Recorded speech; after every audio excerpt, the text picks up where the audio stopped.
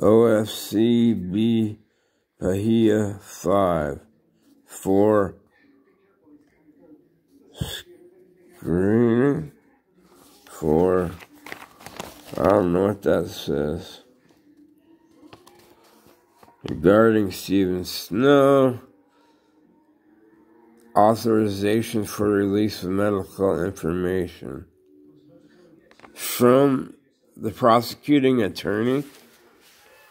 Folks, in case you didn't know, our medical records belong to us. They don't belong to the hospital. Those are our medical records. We have every right to them, and all of them, not just the opinion of some guy who's getting paid off or doesn't want to pay me because they promised me to put me up in housing somewhere safe because my van was stolen. You know, I had a Mercedes that someone gave me. This girl wrecked it. I had another Ford van that took a shit. You know, it was a number of unfortunate events. But, you know, I was really trying. I was 262 pounds at the time. I dropped 100 pounds, you know. I was 100 pounds lighter at the second attempted murder because I couldn't eat. I mean, a half a burrito a day, some water, and a fifth of vodka, along with my prescription of 3 milligrams of Xanax, 3 buprenorphine, and, you know, constant antibiotics because the infections in my teeth were so bad. An OHSU here said, maybe in 6 months. I have a heart condition. I could feel it, the infection going straight to my heart. I was telling them, hey, you guys have to get these teeth out. I'm going to die of a heart attack. Oh, well, we got to authorize this and that. Come on, that's like an $1,800 procedure. I would have co-paid. Instead, my family had to pay $17,000 to get all that shit taken out. And then they put some cadaver bones, just in case. If I would have gone, instead of sleep dentistry, he charged me $17,000. I could have gone to Northwest Implants for $13,000, had all of it removed, the cadaver bone implants, and a whole set of teeth for fucking $13,000 so many dollars. Sleep dentistry is a ripoff. And the guy said he would work with me on numbers. And he made it sound like to me, for 17 grand, I was getting a full set of teeth. But he told my family a different thing, I have to assume. But they're happy because I didn't die from the infection that was going to my heart. But I need fucking new teeth, real teeth, not teeth that fall out and break, you know. It's not a tooth for a denture, it's a tooth for a tooth. And I need real teeth to be replaced. So, okay, I think I showed you this piece of paper. Oh yeah, Michael Victorino, the mayor. He said, anyone who's houseless here on Maui are knuckleheads. Deal with them accordingly. What does that tell the police on Maui? Hey, if all the huge amount of people here who live out of vans, cars, whatever, you know, if you want to deal with them with violence, you go right ahead. That's the message that Mayor Victorino sent out on the news. Anyways, it says a bunch of other stuff. Duty of physician, surgeon, hospital, clinic, etc. to report wounds. Every physician and surgeon attending or treating a case, knife wound, bullet wound, gunshot wound, powder burn, or any injury that would seriously maim, produce death, or has rendered the injured person unconscious. Oh, yeah, apparently I did go unconscious after I, was picked up. Caused by the use of violence or sustained in a suspicious or unusual maim,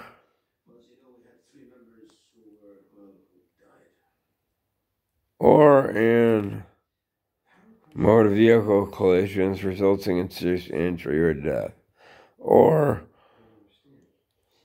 whenever the case is treated in a hospital, clinic, or other institution, the manager, superintendent, or person in charge thereof shall report the case or provide requested information to the chief of police of the county within which the person was attended or treated, giving the name of the injured person, description of the nature, type, and extent of the injury, together with other pertinent information that may be of use to the chief of police.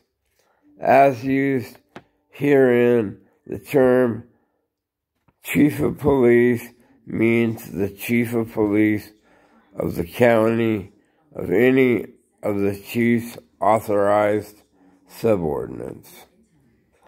This section shall not apply to such wounds, burns, or injuries received by a member of the armed forces of the U.S.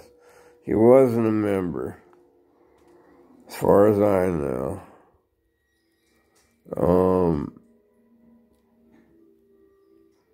Armed forces of the United States or the state while engaged in actual performance of duty. Any person who fails to make report called to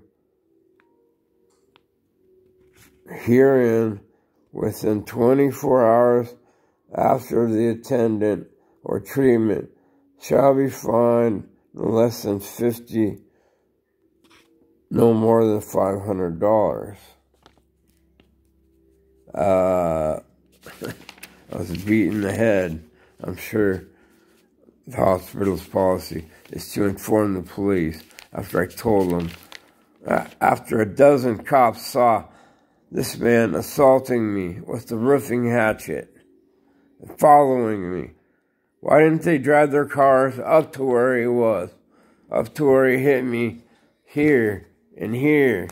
And in the back of the head, dude, I was pulling out big divots of skin from the back of my head. But I couldn't see that because when he hit me, I was laying down and I rolled in the dirt, tried to get out of his way. Anyways, bodily injury means physical pain, illness, or any impairment or a physical condition. Yes. Substantial bodily injury means bodily injury which causes a major avulsion, laceration, or penetration of the skin. Ha! Yes. A bone fracture. Yes. A serious concussion. Yes. A tearing, rupture, or corrosive damage to the esophagus, the viscera, or other internal organs. Well, I believe my brain received some serious trauma. I don't know why. The hospital records aren't here, but those are my records, and they need to be sent. Oh, a serious bodily injury means bodily injury which, one, creates a substantial risk of death. Yeah. Getting beat in the head, have my lip hanging down, and a guy following me for a mile and a half with a hatchet, screaming how much he hates me because, and at that time, I was on Maui. The skin, even though I look Snow White here, like, I've been called a half-breed before. Anyways, my really good native friend, Karen Sinatwa, was like, oh my God, you look just like my son. She's full breed. Her husband was a big, tall, blonde-haired, blue-eyed, Viking-looking dude. Anyways, what I'm saying is they get real dark. I don't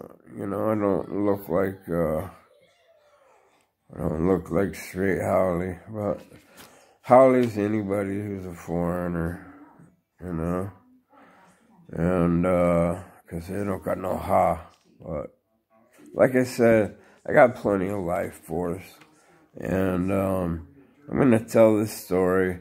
I'm going to tell how the second detective, tried to coerce my mom into dismissing the second case well before the statute of limitations was up. Anyways, that's page 1.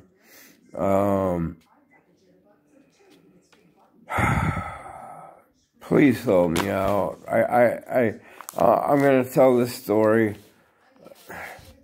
God, whoever you believe in,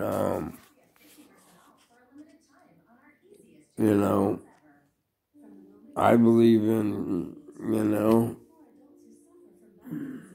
I believe in God. I believe in a lot of stuff. I've seen a lot of stuff. I've done a lot of stuff. I've actually lived a pretty good life. I just hurt myself trying to save Matthew James Boatini's life. And it slowly wrecked me. No, because of that, I couldn't build houses anymore. I certainly couldn't do reforestation, native reforestation, planting hardwoods, planting fruit orchards, avos, cassavas, bamboo for structural building. I mean, I did a lot while I was there. I put in a lot. And I loved it. And I've come to, I don't know if it was all that hate and anger and jealousy that was beat into me, but I hate Maui. I hate Maui now. Joey Lama and his family are about the only people I care about anymore. And John and Tweety Land. And, Ceenie Campbell, you ripped me off.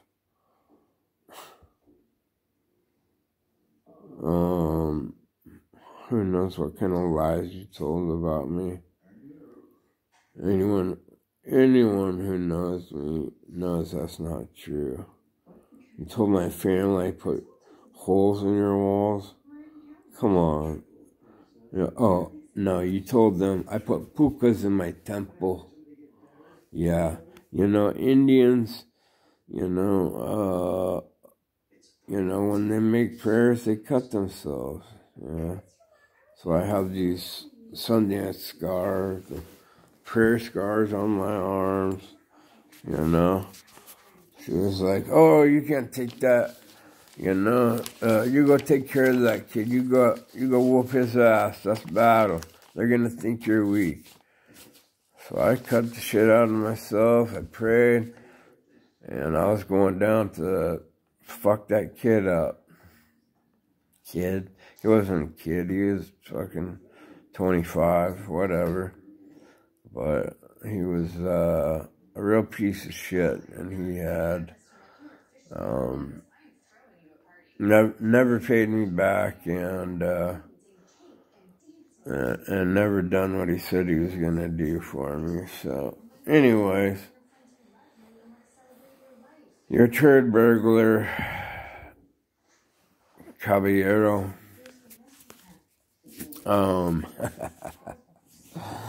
But I still love you. And I know you lost your mother right there at that beach, but man, that place is sucking the life out of you, bro. Get out of there. Yeah, that place, Waihata. That place, they actually hired a security guard, and I was in my van. I was passed out. I don't know if someone opened my door or what, but I was passed out on my, like in the fetal position, but on my knees, but I was naked. I thought the car door was open. The security guy stuck his finger in my fucking ass. Yeah, that's the guy who owns that whole property. I think he used to own Miyake Concrete. He owns the whole junkyard. He actually might have sold it. He was a cop, a retired police officer. And, you don't hire fucking security guards that are fucking sexual predators. Come on. All right. I ranted enough. That's the first page. I'll get into more of this later. Sorry about the length. I just got a lot to say. Aloha. Look. It's the bluebird of happiness. My niece Jade painted those. And this. And this. And this. And this. Is more like a silhouette kind of thing. And that Jenna did. Her sister. Jade is in Denver getting her doctorate for physical therapy. Jenna is at the Oregon State University. That's the second star from the right. For all you Peter Pan fans. That's Jade when she was really young. Some watercolors, some of those sketchy type things. Oh, no. I don't think that was hers. Nor was that. And this is a junkie, a heroin junkie who started painting on scraps of wood. He's clean and now lives in Boise. But he's a famous man now. Anyways, here's some more. I just want to show people, just because we take pain medicine because we need it, and even if I didn't need it, even if the pain in my heart and my mind and my body from the things that happened to me when I was growing up or whatever, why ever people choose to do what they do, it's freedom of choice, people. We have to protect and defend those rights, not fight a war against our own people and waste billions of dollars while we're sending away billions of dollars to help other people. Like, I get it. Like, I want to take care of everybody too, but there are people flooding over the border, and I can't even get new fucking teeth from a justice system. They should have a system. There's community services specifically for victims of violent crimes. There's houses with nurses that give you your meds and cooks that cook for you. There's places that they could have put me to keep me safe and get through the first trial. That guy probably would have fucking, been up for attempted murder. And so would the second guy, Morley Shazinski. You son of a bitch. He came up to me after the first time he saw me, and I backed off. Brandon Hildreth was with me. And I was like, Queen Ka, Human Humal. And he walks up to me, and I'm like, oh shit, what the fuck? I had a neck brace on, an arm brace on. I was like, bro, you fucked me up. This arm, the ulna bone was broken in my right arm. The left arm one was broken from a previous defense here in Portland, where, again, the police did nothing, even though there was cameras all around. The justice system has got to change, dude. They got to start protecting and serving the people instead of fucking lying, cheating, and stealing from us. We already pay their bills. We pay for their homes. We pay for their food. We pay for their health insurance and their retirement and everything. Alright? I'm sorry. My family just lost our ranch after over 100 years. That was heartbreaking. It was nice my parents could pay off this little dinky house that probably cost a brand new 25 grand. Now it's a $500-600 home. When I was 16, the house I grew up in, my folks had paid in 1978 25 grand for. By the time I was 16, and at the end of 78, I was 4. By the time I was 16,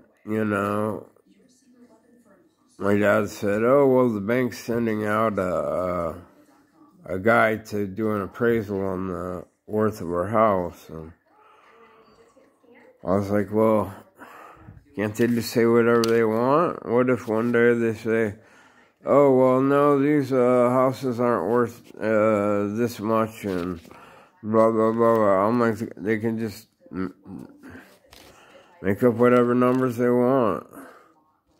And then, like in 2008, after 30 years, listen, my dad was a teacher for grade school. He babysat your kids. He was a damn good teacher at the Sandy School District. He went to night school to get his master's, and then so many hours towards his doctorate, so he could sit in for the principal, so he could counsel. He was the drug and alcohol counselor for a while.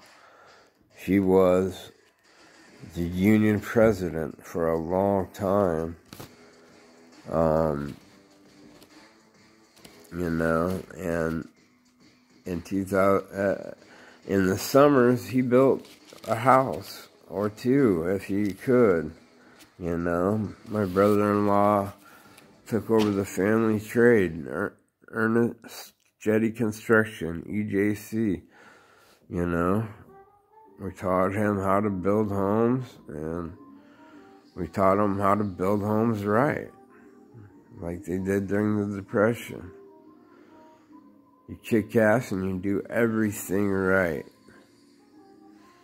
Our grandpa never even let us use nail guns. I didn't even use a nail gun probably till 95. But anyways, enough about me. I just want you to realize that I'm a human being, you know, and that I need help, and that the laws that are there to make sure that the hearing that I lost, the eyesight that has gone horribly bad, all the teeth that were knocked out and broken, all the ribs that were broken and fractured, the spleen that was removed, you know, the beatings to the head till I was unconscious, you know, he ruptured my spleen, and then it wasn't bleeding out, but because of my heart condition prior to going to Maui, I had all these pulmonary embolisms, all these blood clots in my legs. I went to Maui, started riding a bike, lost 100 pounds. All the embolisms went and settled in my lungs. The emergency pulmonary, cardiopulmonary guy took pictures of my lungs. He said I'd never seen anyone with so many blood clots in their lungs. He's like, one of these can kill you. Please, if you can't get lined up with a primary care physician, please come see me every month. He's like, one of these can kill you. Don't gamble with your life, please. Because I had gone 3 days barely able to walk. And I've been through it, you know. And, you know, I read those things in the hospital. They used to be in large print, but they made it in small print. So you don't hardly even notice it going in there. But we all have a right to be taken care of. And the community services are there for us to be safe and protected in situations like this. Should I have kept my mouth shut? Hardened my heart? And went for vengeance?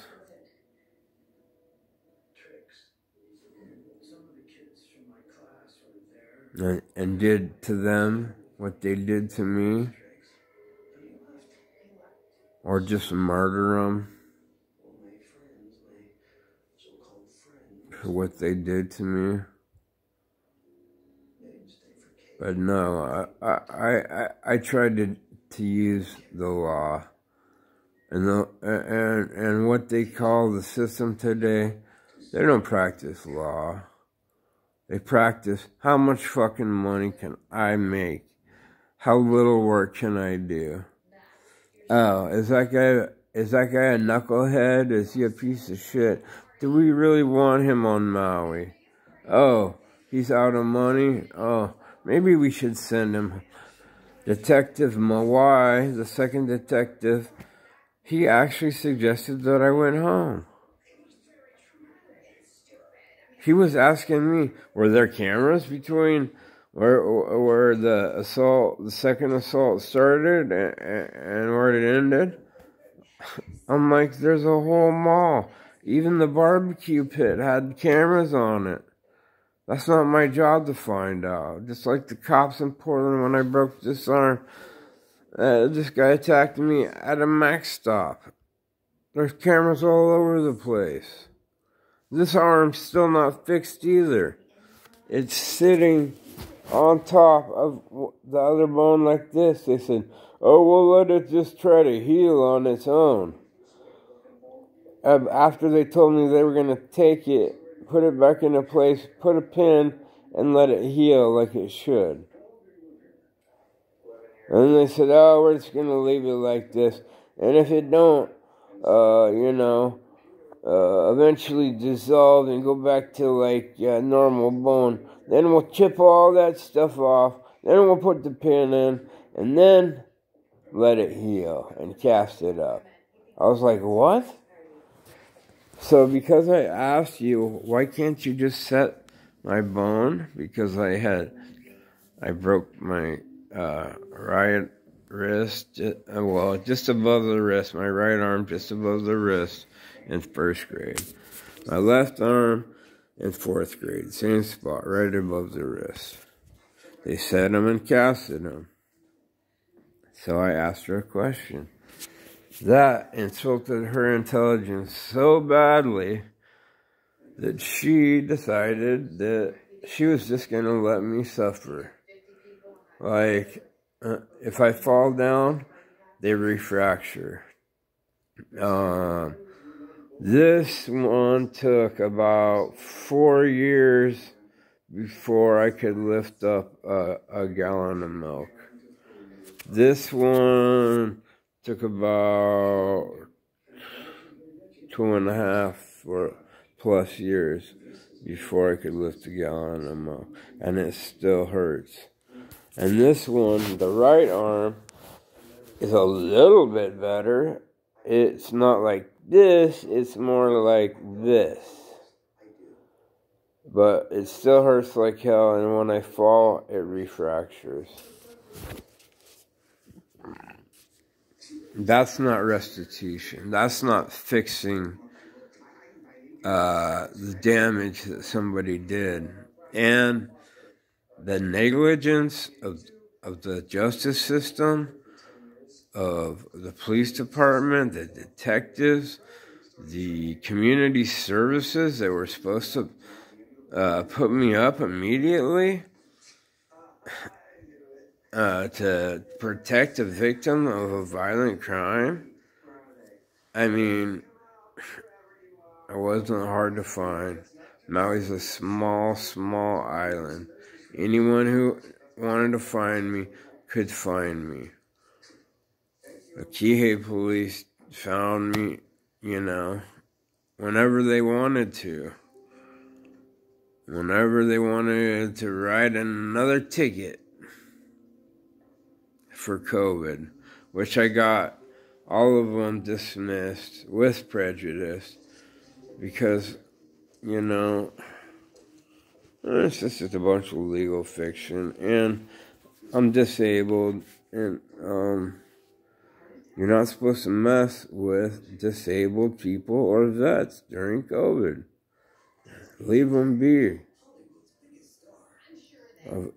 Anyone, these are the people who need peace, quiet, justice, compassion, love, and concern. That's me. And to all the soldiers who suffer out there, all the people who suffered worse than me. And we need to get together, and we need to make the justice system do their job. And if they're going to be negligent and fucking let me go and blame me for being assaulted, that's like what they're doing to women who get raped. Oh, this is your fault. This is your fault. What were you doing sleeping out there by where everyone was camped? I was fucking sleeping by where everyone was camped. Oh, well, maybe you shouldn't have been there. That's just a sign that you want to get fucking killed or raped or all of the above. That's fucking ridiculous. And